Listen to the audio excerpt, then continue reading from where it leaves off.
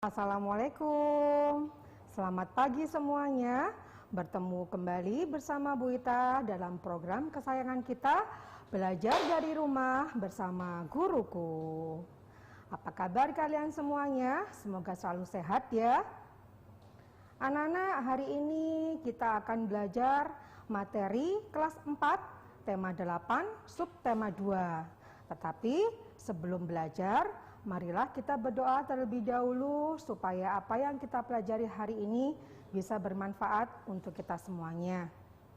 Berdoa, mulai.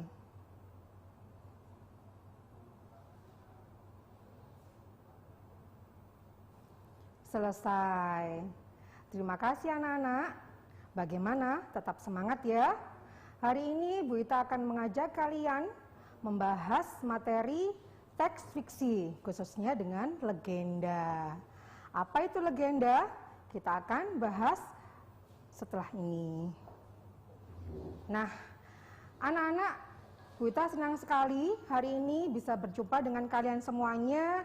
Bu Ita dari SDN Benowo 1 Surabaya selama 30 menit ke depan akan mengajak kalian belajar mengenai teks fiksi, khususnya legenda. Pada tema 8, daerah tempat tinggalku, subtema 2, keunikan daerah tempat tinggalku, kita akan membahas teks fiksi. Nah, pada pertemuan sebelumnya dengan Bapak dan Ibu Guru, kalian tentunya sudah belajar mengenai teks fiksi. Apa itu teks fiksi? Teks fiksi adalah cerita khayalan dalam bentuk tulisan yang tidak terjadi sebenarnya. Teks fiksi dibuat berdasarkan pada imajinasi dan kreativitas dari si penulis cerita. Selanjutnya, apa sih ciri-ciri teks fiksi? Ciri-ciri teks fiksi sifatnya rekaan atau imajinasi dari pengarang. Terdapat kebenaran yang relatif atau tidak mutlak, umumnya menggunakan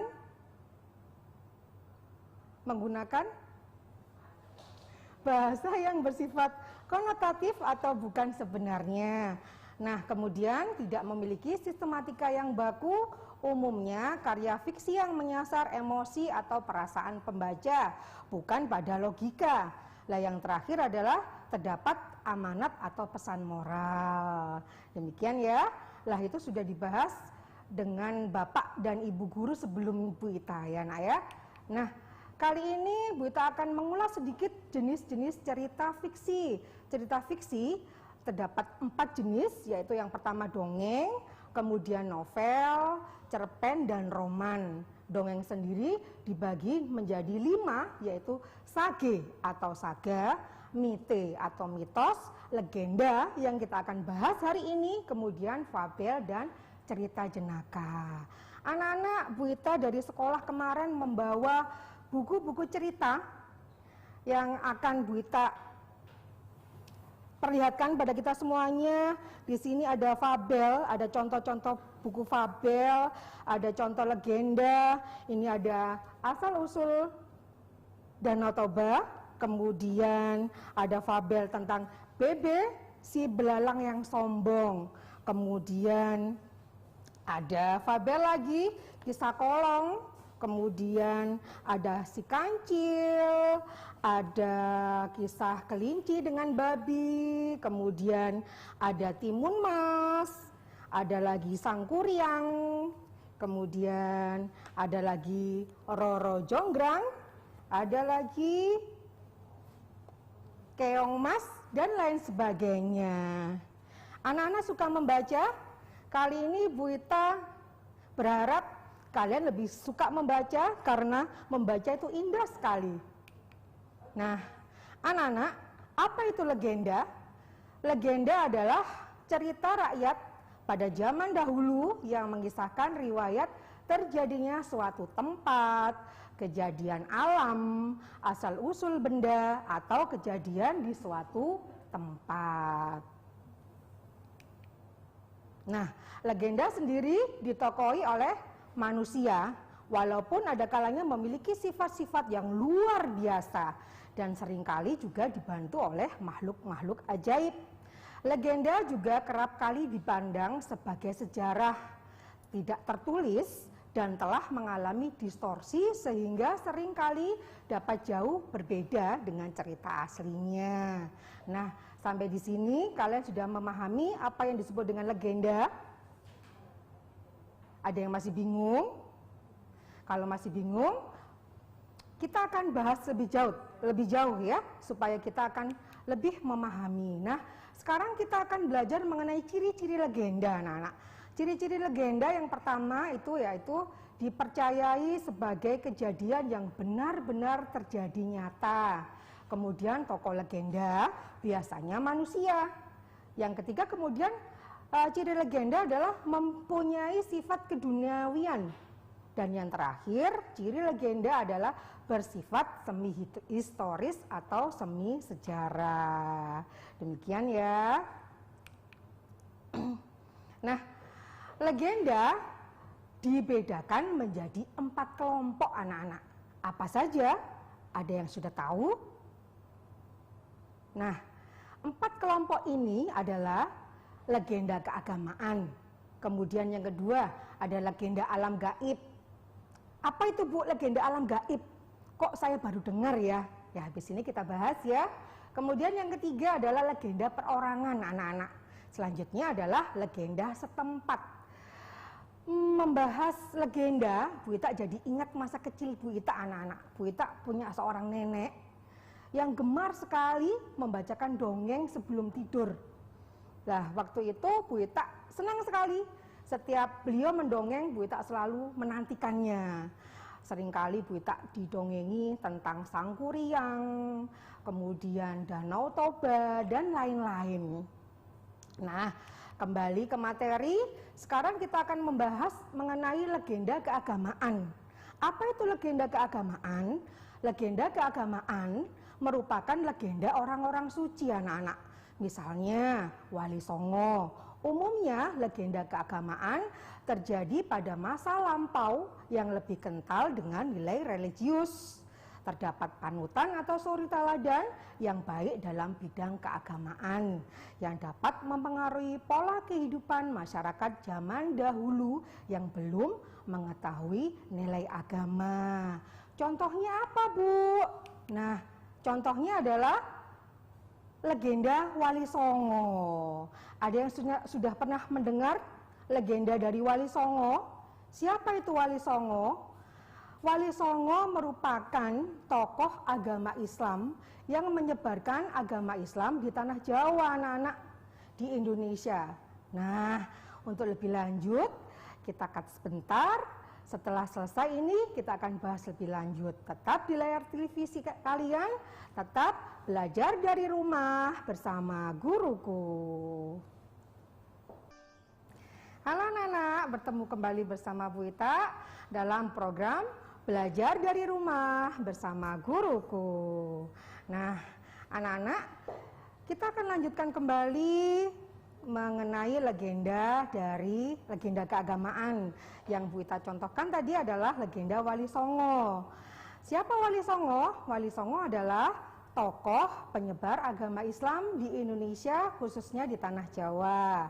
Kita di Surabaya juga ada satu ya, ada makam Sunan Ampel, yaitu Raden Rahmat, yang sampai sekarang masih banyak dikunjungi oleh penziarah. Demikian anak-anak, kita lanjutkan ya. Nah, setelah legenda keagamaan, berikutnya adalah legenda alam gaib. Apa itu Bu, legenda alam gaib? Kok serem ya? Kira-kira serem ya? Takut ya? Nah, legenda alam gaib itu adalah legenda semacam ini biasanya berbentuk kisah yang dianggap benar-benar terjadi dan dialami oleh seseorang anak-anak. Kemudian fungsi dari legenda ini adalah meneguhkan kebenaran tahyul atau kepercayaan rakyat. Legenda ini umumnya benar-benar terjadi dan dialami oleh seseorang. Meskipun banyak yang tidak mengetahui kejadiannya. Lah fungsinya untuk meneguhkan tahyul itu sendiri sehingga banyak orang yang mempercayainya. Contohnya apa? Kira-kira ada yang tahu contohnya? ini. Coba perhatikan, kira-kira siapa? Ada yang kenal? Ini adalah sosok Dewi Sri, anak-anak. Di Jawa Tengah, Dewi Sri ini dikenal sebagai Dewi Padi. Dia dipercaya sebagai dewi yang memberikan kesejahteraan dan kemakmuran para petani. Dia dipercaya yang memberikan kemakmuran kepada petani dengan menghasilkan panen yang bagus. Begitu ya. Kemudian selanjutnya legenda alam gaib, ada kisah Nyai Roro Kidul, anak-anak. Pernah dengar enggak Nyai Roro Kidul?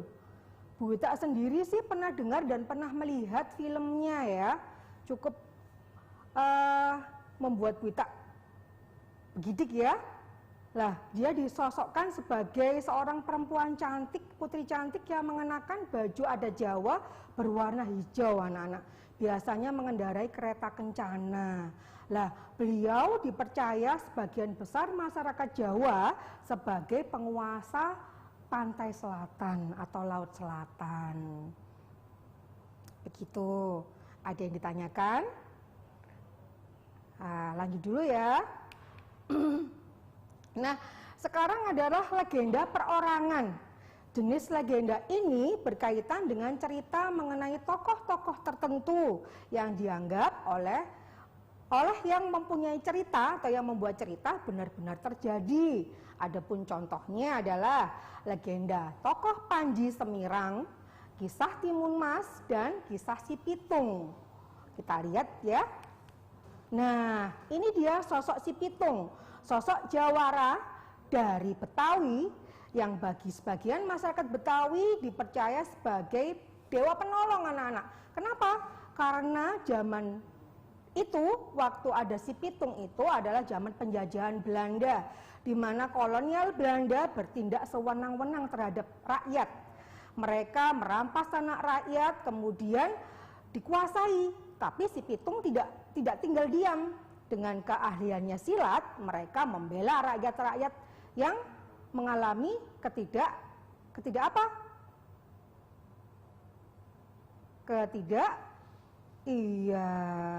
yang mengalami penderitaan ya atas penyiksaan dari kolonial. Si Pitung kemudian merampok tuan tanah, tetapi anak-anak hasilnya dibagi-bagikan kepada rakyat miskin. Lah, menurut kalian bagaimana tindakan Si Pitung? Bisa dibenarkan tidak? Iya, tidak boleh. Kenapa? Yang dilakukan Si Pitung itu, meskipun Si Pitung menolong rakyat miskin, tetapi caranya salah. Tidak boleh mengambil barang orang lain. Loh Bu, Si Pitung kan mengambil tanah rakyat dan dikembalikan kepada rakyat, Bu. Iya nak, tetapi caranya kan salah. Dia merampok, kemudian hasilnya dibagikan. Kayak gitu. Itu amanat yang bisa diambil ya. Kemudian ada lagi kisah Panji Semirang, anak-anak. Kisah Panji Semirang ini mengisahkan seorang putri raja yang tidak mendapatkan perhatian dari raja atau dari ayahnya. Sehingga dia kecewa, kemudian dia pergi mengembara keluar istana, kemudian mengganti namanya Panji Semirang. Jadi dia merubah dirinya jadi seorang putri menjadi seorang laki-laki, anak-anak. Menjadi nama Panji Semirang. Begitu. Kemudian ada lagi kisah Timun Mas, anak-anak. Kisah Timun Mas itu di suatu tempat adalah seorang nama Mbok Rondo yang tidak memiliki anak. Kemudian ketika dia berkebun, datanglah seorang raksasa, anak-anak. Dia datang menemui Mbok Rondo, kemudian memberinya biji mentimun untuk ditanam. Tetapi raksasa bilang, suatu saat aku akan meminta imbalan. Nah, itu cerita Timun Mas ya. Nanti bisa lebih lengkap kalian membaca Timun Mas seperti yang sudah Bu Ita bawa. Ini dia legenda Timun Mas. Nah, selanjutnya ada contoh lain adalah Keong Mas. Itu adalah legenda perorangan. Nah, untuk lebih lanjut kita break dulu. Kita break dulu anak-anak ya. Tetap di layar kaca kalian. Tetap bersama Bu Ita dalam program Belajar dari Rumah bersama Guruku. Anak-anak, jumpa lagi bersama Bu Ita dalam program Belajar dari Rumah bersama Guruku. Nah, terjeda sekilas, kita akan kembali lagi, kita akan membahas mengenai keongmas tadi ya nak. Keongmas itu adalah mengenai cerita mengenai dua putri raja, yaitu Dewi Chandra Kirana dan Dewi Galuh. Dua putri raja yang memiliki dua perbedaan yang sangat mencolok. Yang satunya memiliki sifat antagonis, yang satunya memiliki sifat protagonis. Nah, dan yang terakhir kita akan membahas mengenai legenda setempat anak-anak. Legenda setempat itu apa? Legenda ini berkaitan dengan cerita yang berhubungan dengan suatu tempat, nama tempat, dan bentuk topografi, yakni bentuk permukaan suatu daerah. Adalah apakah berbukit-bukit, berjuang, dan sebagainya. Legenda setempat dapat dibilang menceritakan asal-usul suatu tempat, baik yang menyangkut nama, bentuk suatu daerah, dan lain sebagainya yang berhubungan dengan tempat tersebut. Contohnya apa, Bu? Nah, contohnya adalah asal-usul Surabaya, anak-anak, tempat tinggal kita. Nah, ternyata Surabaya itu memiliki sebuah legenda, anak-anak. Legenda mengenai Suro dan Boyo. Nah, dahulu kala di Laut Jawa ada hiu, si Sura, dan buaya si Baya. Mereka sangat angkuh dan tidak mau kalah. Mereka saling merebutkan makanan sampai mereka bosan akan perkelahian itu sendiri. Pada saat itu mereka berdua membuat janji bahwa Baya mangsanya di daratan dan Sura mangsanya di laut. Tetapi Sura melanggarnya dan Baya tahu. Akhirnya terjadi perkelahian sengit anak-anak. Mereka berdua terluka parah. Sura pun mengalah dan Baya merasa puas. Tak berapa lama mereka pun mati akibat luka yang sangat parah atas perkelahian tersebut. Nah, untuk mengenang kejadian tersebut, penduduk sekitar menamai tempat tersebut dengan nama Surabaya. Begitu ya, kita jadi tahu asal-usul atau legenda Surabaya. Nah, selanjutnya ada kisah Roro Jonggrang anak-anak. Bisa kalian buka, kalian simak di buku kalian ya. Kalian sudah ada buku tema 8, bisa kalian buka anak-anak. Ada kisah Roro Jonggrang pada halaman 62. Coba kalian buka halaman 62. Kita akan baca sama-sama ya anak-anak ya. Nah, kisah Roro Jonggrang. Nah, Roro Jonggrang adalah seorang putri dari kerajaan Prambanan. Raja Prambanan, ayah Roro Jonggrang, gugur dalam pertarungan melawan Bandung Bondowoso dari kerajaan Pengging. Akibatnya, Bandung Bondowoso menguasai kerajaan Prambanan. Bandung Bondowoso tampak menginginkan Roro Jonggrang sebagai permaisurinya. Roro Jonggrang yang tak mau diperistri oleh Bandung Bondowoso pun mengajukan sebuah syarat. Aku bersedia menjadi permaisurimu Bandung Bondowoso, tetapi ada syarat yang harus kamu penuhi. Jika berhasil, aku akan menikah denganmu. Namun, jika kau gagal, izinkan aku pergi, kata Roro Jonggrang. Nah, apapun yang kamu minta, aku penuhi Roro Jonggrang. Jika aku gagal memenuhinya, aku akan mengembalikan kerajaan ini kepadamu. Demikian sahut Bandung Bondowoso.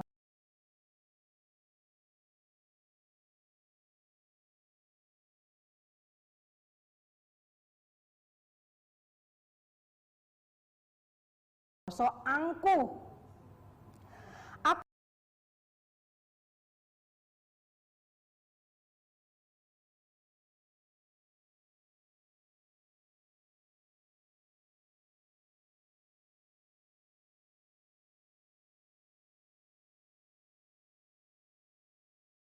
minta kau membangun 1000 candi untukku. Minta kau membangun 1000 candi untukku. Semua harus selesai sebelum matahari terbit esok. Demikian sahut Roro Jonggrang. Baiklah, aku pasti berhasil memenuhi syarat yang kau buat, sahut Bandung Bondowoso angkuh. Bandung Bondowoso meminta bantuan pasukan jin anak-anak untuk membangun 1000 candi. Nah, dalam sekejap bangunan candi mulai tampak. Roro Jonggrang panik. Ia mengadu kepada Bisumi, dayang kepercayaannya. Bisumi mempunyai ide untuk menggagalkan pekerjaan Bandung Bondowoso. Dia segera memerintahkan para dayang untuk menumbuk lesung dan membakar jerami. Suara lesung bertalu-talu dan semburat api memerah di langit membuat suasana seperti pagi hari. Ayam-ayam jantan berkokok sahut-sahutan. Mendengar kokok ayam jantan, pasukan jin terkejut. Hari sudah pagi, kami harus pergi, teriak pasukan jin sambil bergegas meninggalkan Bandung Bondowoso dan candi-candi yang telah mereka bangun. Roro Jonggrang mendatangi Bandung Bondowoso. Roro Jonggrang segera menghitung candi-candi yang sudah selesai, ya anak-anak. Candi-candi ini hanya 999, kurang 1 candi, kata Roro Jonggrang kepada Bandung Bondowoso. Nah, Bandung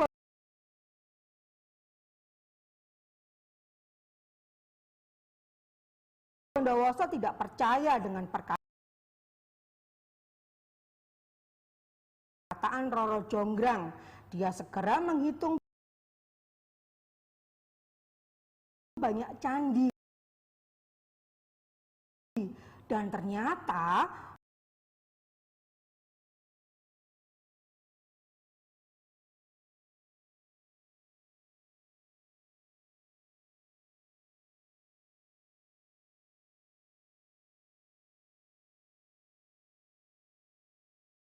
memang benar, hanya ada 999. Hanya ada 999 candi. Bandung Bondowoso menjadi marah besar. Nah, aku tidak akan kalah, Roro Jonggrang. Aku akan mendapatkan 1000 candi seperti yang kau inginkan. Kenyataannya, candi yang kau buat kurang 1. Bandung Bondowoso, kau tetap harus tepati janjimu. Begitu sahut Roro Jonggrang. Kalau begitu, kau yang kuubah menjadi candi ke-1000. Demikian anak-anak. Kemudian dengan kesaktiannya, Bandung Bondowoso mengubah Roro Jonggrang menjadi patung batu. Patung inilah yang menjadi candi ke-1000. Candi-candi ini hingga kini masih berdiri tegak di wilayah Prambanan. Nah, itu tadi adalah cerita mengenai Roro Jonggrang, anak-anak. Bu Ita masih punya 2 lagi legenda, juga ada di buku kalian. Ini adalah dongeng asal mula Selat Bali, anak-anak. Ada di buku tema kalian, tema 8, halaman berapa ya? Sebentar ya. Halaman 76, anak-anak. Silakan dibuka halaman 76. Kita akan baca bersama-sama lagi ya. Hari ini senang sekali ya bisa bercerita-cerita. Oh iya. Sekarang anak-anak membaca sendiri ya, membaca ceritanya sendiri.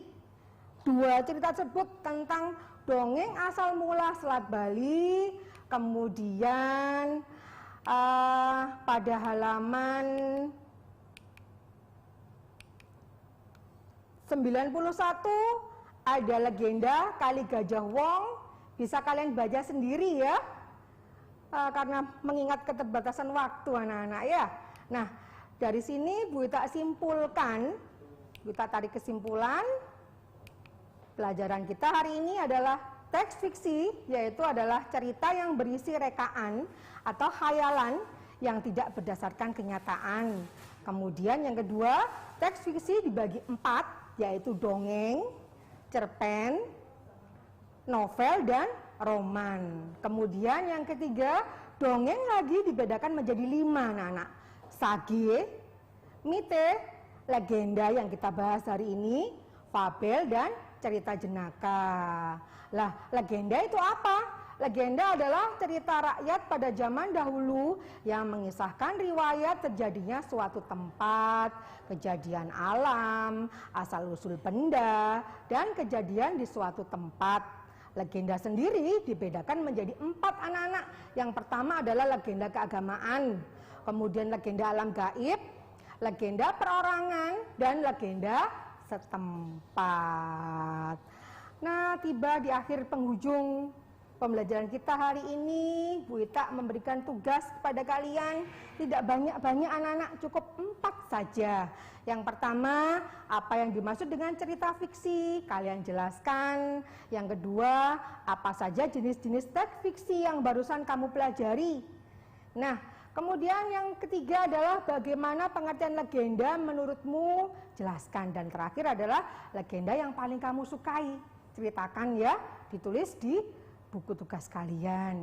Demikian anak-anak, jangan lupa selalu jaga kesehatan kalian, tetap jaga kesehatan kalian, seringkali cuci tangan menggunakan sabun dan air mengalir, kemudian mengenakan masker dan jaga jarak aman ya. Terima kasih. Wassalamualaikum. Tetap belajar dari rumah bersama guruku.